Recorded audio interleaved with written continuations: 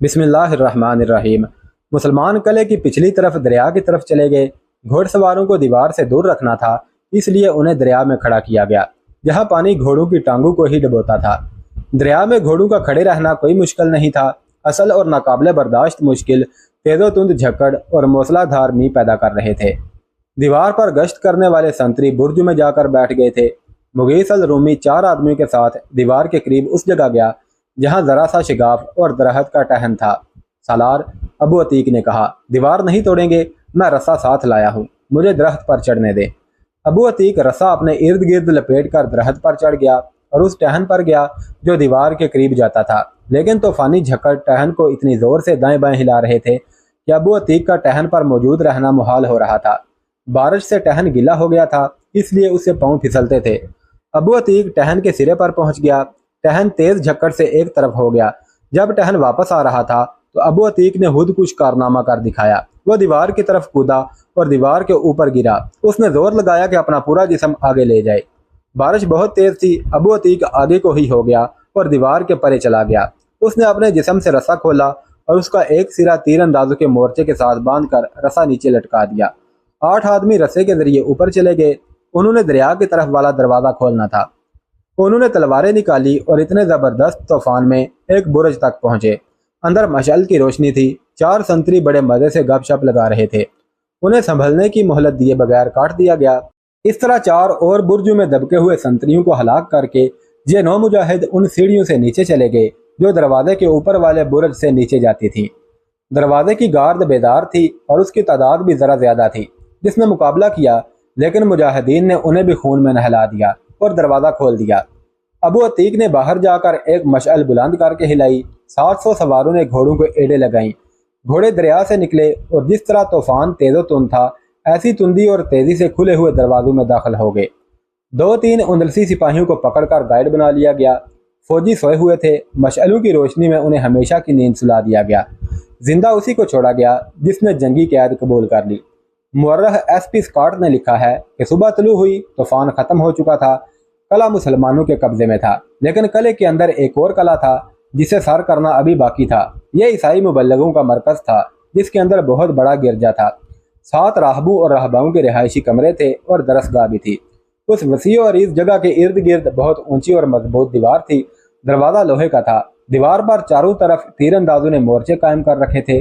Scott लिखता है कि कुर्तबा का गवर्नर रात को अपने 40 मुहाफिजों के साथ इस गिरजे में पनाह लेने चला गया और उसके साथ 400 फौजी भी थे। मुगीस ने ऐलान कराया कि बाहर आ जाओ तो अमान में लिए जाओगे, मुकाबला करोगे तो सजा पाओगे।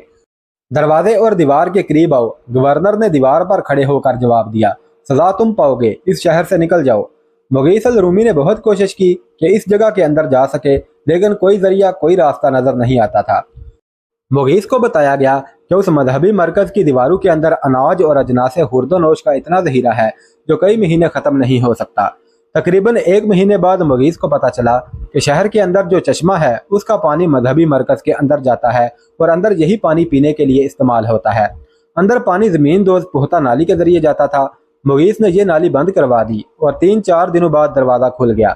मुगीस अल रूमी ने पहला काम यह किया कि गवर्नर का सर तन से उड़ा दिया और अंदर जो फौजी अफसर थे उन्हें भी कत्ल करवा दिया। उनके हुक्म से जो तीरंदाज दीवार पर खड़े थे उन्हें जंगी कैदी बना लिया गया। शहरियों से कोई बात पुरस ना हुई और राहबाओं को आज़ाद कर दिया गया। शमाली अफ्रीका के दारुल अमारत कैरवान में अमीर मूसा बिन नसीर ने 18,000 फौज इकट्ठी कर ली। उसने खलीफा वलीद बिन अब्दुल मलक से उंदलस की जंग में शामिल होने की इजाज़त ले ली थी। उसका ख्याल था कि तारक बिन ज़ियाद ने उसके हुक्म के मुताबिक पेशकदमी रोक दी होगी और वह उसके इंतजार में होगा। मूसा अगली फतोहात में शामिल होना चाहता था। तारक बिन ज़ियाद और उसके सालार अमीर मूसा बिन नसीर के हुक्म की खिलाफ वर्जी कर रहे थे और यह खिलाफ वर्जी तारीख़ उंदलस का एक और ही बाब लिखने वाली थी। ज़ियाद बिन कसादा को तारक बिन ज़ियाद ने जिस तरफ भेजा था उधर उंदलस का एक और बड़ा शहर गरनाता था। उंदलस का नामवर जर्नैल थियोडोमीर जो वादी लका में दरियाए गादलीद के किनारे तारक बिन ज़ियाद से शिकस्त खाकर भागा था, अब गरनाता में था। उसे मुसलमानों की फतोहात की खबरें मिल रही थी और वह परेशानी के आलम में गरनाता का दिफा मजबूत कर रहा था। किले को वो और कितना मजबूत कर सकता था। शहर पनाह कहीं से टूटी हुई नहीं थी, फौज की भी कमी नहीं थी। सिर्फ एक कमी थी जो उसे परेशान कर रही थी, यह थी फौज में लड़ने के जज्बे और अज़म की कमी। मुसलमानों की पे दर पे फतवाहत ने उंदलस की फौज का मोराल तबाह कर दिया था। इस फौज के मोराल पर वो फौजी और शहरी भी असरअंदाज हो रहे थे जो दूसरी जगहों से भाग भाग कर आ रहे थे। मुसलमानों की बातें वो इस तरह करते थे जैसे मुसलमान इंसान नहीं जिन भूत हों। शहनशाह राडरक की मौत की खबर हर जगह पहुंच गई। राडरक को तो लोग बहुत ही बहादुर और निडर जंगजू समझा करते थे। उसके मुतल्लिक मशहूर हो गया था कि दिल में जालिम बादशाह और मैदान जंग में बहादुर जंगजू था और उसे कोई बादशाह शिकस्त दे ही नहीं सकता था। इसीलिए मशहूर हो गया था कि राडरक जिंदा है और वापस आ जाएगा। बास ने तो ये भी कहा था कि वह मर गया है तो भी वापस आएगा। यह अकीदा हर किसी का नहीं था। वो लोग जो इस अकीदे के मुनकिर थे वो कहते थे कि मुसलमान बहुत ही ज़बरदस्त लड़ाके हैं जिन्होंने राडरक को शिकस्त ही नहीं दी बल्कि उसे जान से ही मार डाला है। थ्योडोमीर के लिए अपनी फौज की यह जहनी कैफियत बहुत खतरनाक थी। वह मुसलमानों के हाथों शिकस्त होरदा जर्नैल था, अपनी शिकस्त को फतह में बदलने को बेताब था। उसके अलावा वह उंदलस का बादशाह बनने के ख्वाब भी देख रहा था। मुर्रहू ने लिखा है कि उसने अपने मातहत फौजी अफसरों को इन्हीं ख्वाबों के जेर असर लालच दिए थे। इस वक्त मुल्क में किसी की भी हुकूमत नहीं, उसने अपने फौजी अफसरों से कहा। हुकूमत उसकी होगी जो फातेह होगा। अफ्रीका के बर्बर मुसलमान लूट मार के लिए आए हैं, उन्हें सिर्फ एक जगह भी शिकस्त हो गई तो ये भाग जाएंगे। फिर हुकूमत अपनी है, मेरी जगह तुम होगे और मैं राडरक की जगह होऊंगा। तुम सबको फौज के आला अफसर बनाऊंगा। राडरक भी ऐसे ही बादशाह बना था, लेकिन पहली शर्त यह है कि हमला आवरों को इस मुल्क से निकालो। फौजी अफसरों के लिए इतना ही इशारा काफ़ी था। वो हमला आवरों को फैसला कुन शिकस्त देने के लिए तैयार हो गए। तुम सबको मालूम हो चुका होगा कि मुसलमान गरनाता की तरफ आ रहे हैं, थ्योडोमीर ने कहा। उन्होंने अपने लिए कमजोरी ये पैदा कर ली है कि 3 हिस्सों में तकसीम हो गए हैं और 3 मुख्तलिफ सिमतों को चले गए हैं। एक हिस्सा गरनाता की तरफ आ रहा है, उसे तबाह बर्बाद करना है।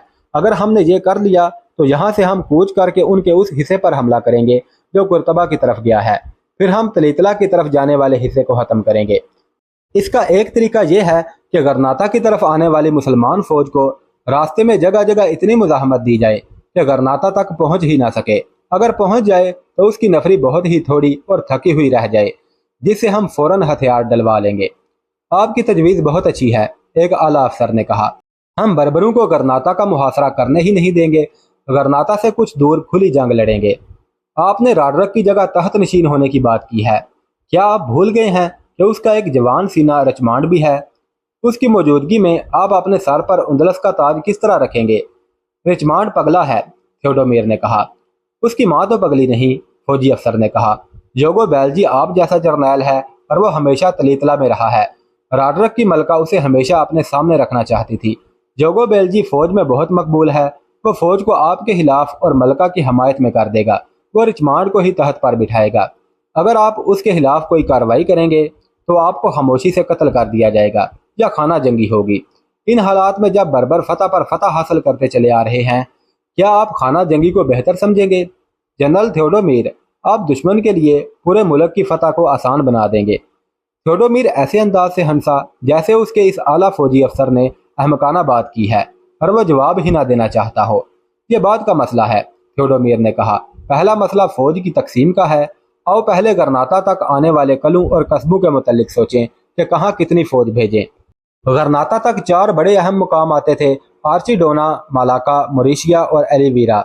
एलिवीरा गरनाता के नवाह में था। थ्योडोमीर ने उन मकामात का तूफानी दौरा किया, वहाँ की फौज का जायजा लिया और हर जगह एक ही लेक्चर दिया।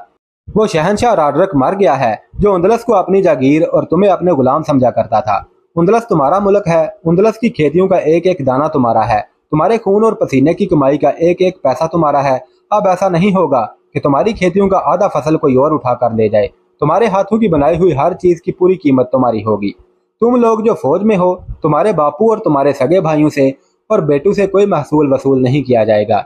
जो फौजी लड़ाई में माजूर हो जाएगा उसे सारी उम्र के लिए मौजूदा तनख्वाह जितना मुआवजा माहवार दिया जाएगा और जो मारा जाएगा उसके बाप या बीवी या औलाद को इकट्ठी रकम अदा की जाएगी।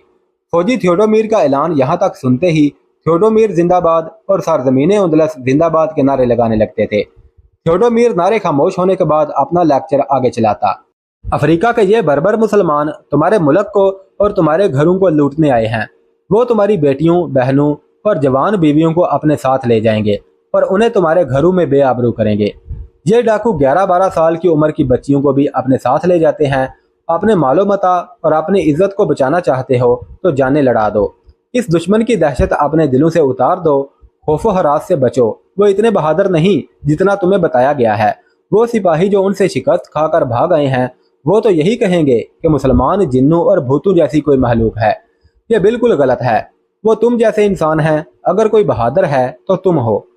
ان فوجیوں کو معلوم نہیں تھا کہ تھیوڈومیر نے ہی ان بربر مسلمانوں سے پہلی ٹکر لی تھی اور ایسی شکست کھائی تھی کہ اس کے لیے وہاں سے جان بچا کر بھاگ نکلنا محال ہو گیا تھا۔ وہ اپنی فوج کو بربروں کے رحم و کرم پر چھوڑ کر بھاگ نکلنے میں کامیاب ہو گیا تھا۔ اب وہ اپنی فوج سے کہہ رہا تھا کہ مسلمان جنوں بھوتوں جیسی کوئی مخلوق نہیں۔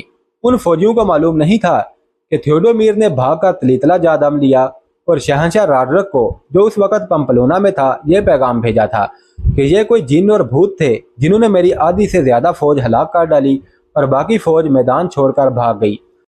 اب وہ غرناطہ سے نکل کر اپنی فوج کے جذبے اور حوصلے میں الفاظ سے نئی روح پھونکنے کی کوشش کر رہا تھا۔ تھیوڈومیر واپس غرناطہ پہنچا ہی تھا کہ زید بن قصادہ غرناطہ کے راستے میں پہلے قلعہ بند قصبے آرچیڈونا تک پہنچ گیا اور اپنے مجاہدین کے لشکر کو ذرا سا بھی آرام نہ دیا اور طوفان کی طرح قصبے کو محاصرے میں لے لیا۔ دیوار پر تیر انداز اور برچیاں پھینکنے والے موجود تھے۔ انہوں نے تیروں اور برچیوں کا می برسا دیا، لیکن مسلمان بربروں کی کمانیں زیادہ مضبوط اور دور مار تھیں۔ قلعے والوں کے تیر ان تک نہیں پہنچتے تھے، لیکن ان کے تیر دیوار کے اوپر تک پہنچ جاتے اور اپنا پورا کام کرتے تھے۔ مسلمانوں کے نعروں اور للکار سے اندلسیوں پر خوف طاری ہوا جا رہا تھا۔ مسلمان 4-4 6-6 کی ٹولیوں میں دوڑ دوڑ کر دیوار تک پہنچتے تھے۔ اوپر سے کوئی تیر انداز ذرا جھک کر ان پر تیر چلانے لگتا تو بربروں کے تیر اسے سیدھا نہیں ہونے دیتے تھے، بلکہ وہیں دیوار پر گرا دیتے یا وہ دیوار کے اوپر سے نیچے آ گرتا تھا۔ مسلمانوں کی کوشش یہ تھی کہ کمندے پھینک کر دیوار پر چڑھ جائیں یا دیوار توڑنے کا موقع مل جائے۔ مسلمانوں کی ٹولیاں دروازوں تک بھی پہنچ گئی تھیں اور یہ مجاہدین دروازے توڑنے کی کوشش کر رہے تھے۔ مجاہدین کی یہ بے جگری اور ان کا جوش و خروش ظاہر کرتا تھا جیسے وہ قلعے کو بنیادوں سے اکھاڑ پھینکیں گے۔ اندلس کے فوجیوں پر مسلمانوں کی جو دہشت پہلے سے طاری تھی اور جسے تھیوڈومیر نے الفاظ سے رفع کرنے کی بہت کوشش کی تھی، وہ دہشت کام کرنے لگی۔ قلعے والوں کے حوصلے پست ہونے لگے۔ مجاہدین جو تیر دیوار پر چلا رہے تھے وہ اوپر جا کر قصبے کے اندر گرتے تھے، جس سے لوگوں پر دہشت طاری ہو رہی تھی۔ قصبے میں شہریوں نے ایسی فضا پیدا کر دی کہ فوجیوں کے حوصلے بالکل ہی ٹوٹ پھوٹ گئے اور قلعہ دار نے دروازہ کھول دینے کا حکم دے دیا۔ مسلمان قلعے میں داخل ہو گئے اور یہ مقام مزید خون ریزی کے بغیر قبضے میں آ گیا۔ اس سے آگے دو اور ذرا بڑے قصبے مالاکا اور مورشیا آتے تھے۔ مالاکا کی فوج نے یہ بہادری دکھائی کہ جب مسلمان وہاں پہنچے تو انہوں نے اندلس کی فوج کو قلعے کے باہر صف آرا دیکھا۔ ان کا یہ طریقہ جنگ جنرل تھیوڈومیر کی ہدایت کے مطابق تھا اور تھیوڈومیر نے جو اعلان کیے تھے ان کا بھی اثر تھا کہ یہ لوگ محاصرے کی جنگ لڑنے کی بجائے کھلے میدان میں نکل آئے تھے۔ انہیں معلوم نہیں تھا کہ ان کا مقابلہ ایسے مسلمانوں سے ہے جو جنگ و جدل کے شوقین ہیں اور ان کو بچپن سے ہی خون ریزی اور لڑنے کے انداز سکھا دیے جاتے ہیں۔ زید بن قصادہ عربی سالار تھا اور یہ وہ زمانہ تھا جب عربوں کی جارحانہ قیادت کی دھاک بیٹھی ہوئی تھی۔ سالار زید نے طارق بن زیاد کی محسوس چال چلتے ہوئے اندلسیوں کو اس طرح پیچھے دھکیلا کہ ان کی پیٹھیں شہر کی دیوار سے جا لگی۔ گھوڑے اپنے پیادوں کو کچل رہے تھے اور مسلمان انہیں کاٹ رہے تھے۔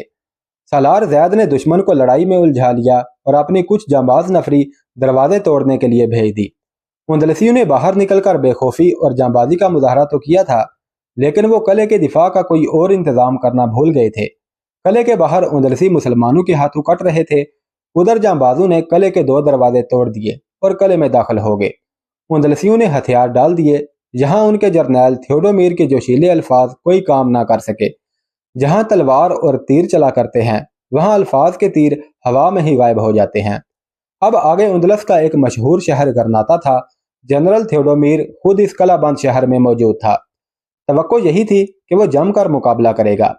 ایک تو وہ اپنی شکست کو فتح میں بدلنا چاہتا تھا اور دوسرے یہ کہ اس کی نظریں اندلس کے تحت و تاج پر لگی ہوئی تھی۔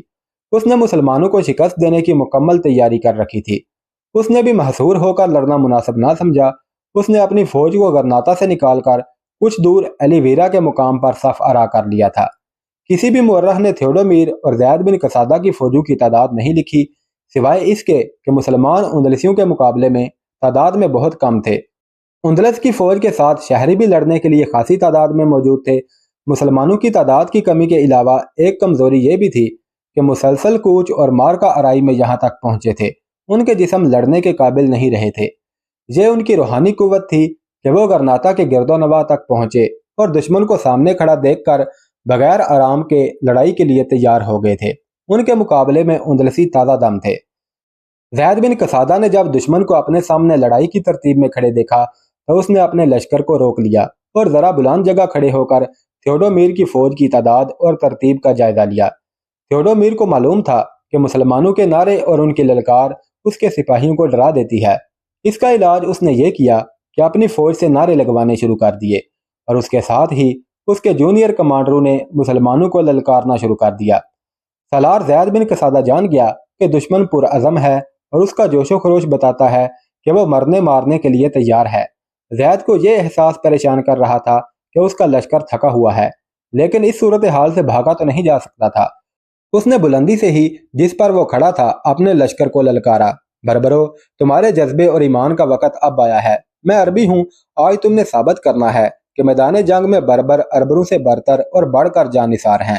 یاد کر لو کہ تمہارے ساتھی دوسرے شہروں کی طرف گئے ہوئے ہیں، ایسا نہ ہو کہ ان سے تمہیں یہ تانا سننا پڑے کہ جو گرناتا کو فتح کرنے گئے تھے وہ بزدل اور بے ایمان تھے۔ سب سے بڑی بات تو یہ ہے کہ تم ہار گئے تو اپنے اللہ کے سامنے کیا جواب دو گے؟ زید بن قصادہ اتنا ہی کہہ پایا تھا کہ بربروں نے بڑی بلند آواز سے اپنے محسوس نعرے لگانے شروع کر دیے۔ ہم تمہارے ساتھ ہیں زید، ہم تم سے آگے ہوں گے، ہم پیٹھ نہیں دکھائیں گے۔ اس لڑائی کا حال و احوال تفصیل سے لکھنے والے مورخ پروفیسر ڈوزی نے لکھا ہے کہ زید بن قصادہ گھوڑے پر سوار تھا۔ اس نے گھوڑے کا رخ قبلہ کی طرف کیا، سر جھکا لیا اور دعا کے لیے ہاتھ اٹھائے۔ اس کے ہونٹ ہل رہے تھے، معلوم نہیں اس نے کن الفاظ میں اللہ سے فتح مانگی۔ اس کا سر آہستہ آہستہ اوپر اٹھنے لگا، یہاں تک کہ اس کا منہ آسمان کی طرف ہو گیا اور دونوں ہاتھ پھیلتے ہوئے اوپر کو اٹھتے گئے۔ ذرا ہی دیر بعد اس کا سر اور ہاتھ ایک جھٹکے سے نیچے کو آ گئے۔ اسلام کے پاسبانوں، اس نے منہ پر ہاتھ پھیرے بغیر بڑی ہی بلند آواز میں اپنے لشکر سے کہا، اللہ نے مجھے فتح کی بشارت دی ہے۔ زید بن قصادہ بلندی سے اترا اور تقریباً 100 جانباز قسم کے بربروں کو الگ کیا اور انہیں کچھ ہدایات دیں۔ ان کے مطابق یہ جانباز اس راستے پر واپس چلے گئے جس راستے سے وہ یہاں تک پہنچے تھے۔ کچھ دور جا کر وہ ایک طرف کو مڑ گئے اور اونچی نیچی ٹیکریوں کی اوٹ میں نظروں سے اوجھل ہو گئے۔